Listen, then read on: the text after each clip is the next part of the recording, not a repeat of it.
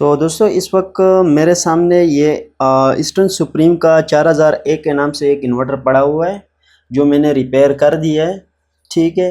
और ये काफ़ी सारे मुस्फेट कुछ एसी साइड के थे और कुछ डीसी साइड के थे जो मैंने रिप्लेस कर दिए। और इस तरह यहाँ पीसीबी के जो एसएमडी ट्रांजिस्टर जो थे ये शार्ट थे और ये शार्ट होने की वजह से नीचे जो पीसीबी थी वो भी जली थी, जिसकी वजह से ये इन्वर्टर शॉर्ट हुआ था। तो मैंने इस वक्त रिपेयर कर दिए। तो इसकी कंप्लीट वीडियो इसी वीडियो के ऊपर आपको मिल जाएगी अगर आप देखना चाहते हो।